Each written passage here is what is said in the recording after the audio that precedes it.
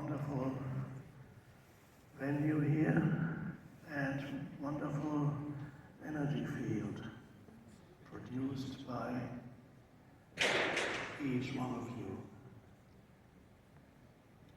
I hope with the help of technology all of you can see me magnified.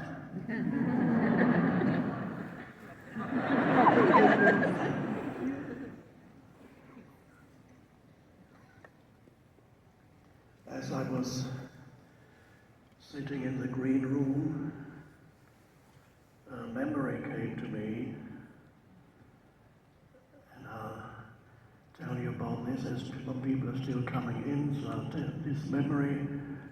I'll offer to you as a little anecdote of what happened as I gave my first public talk in Vancouver, roughly, or maybe perhaps exactly 30 years ago.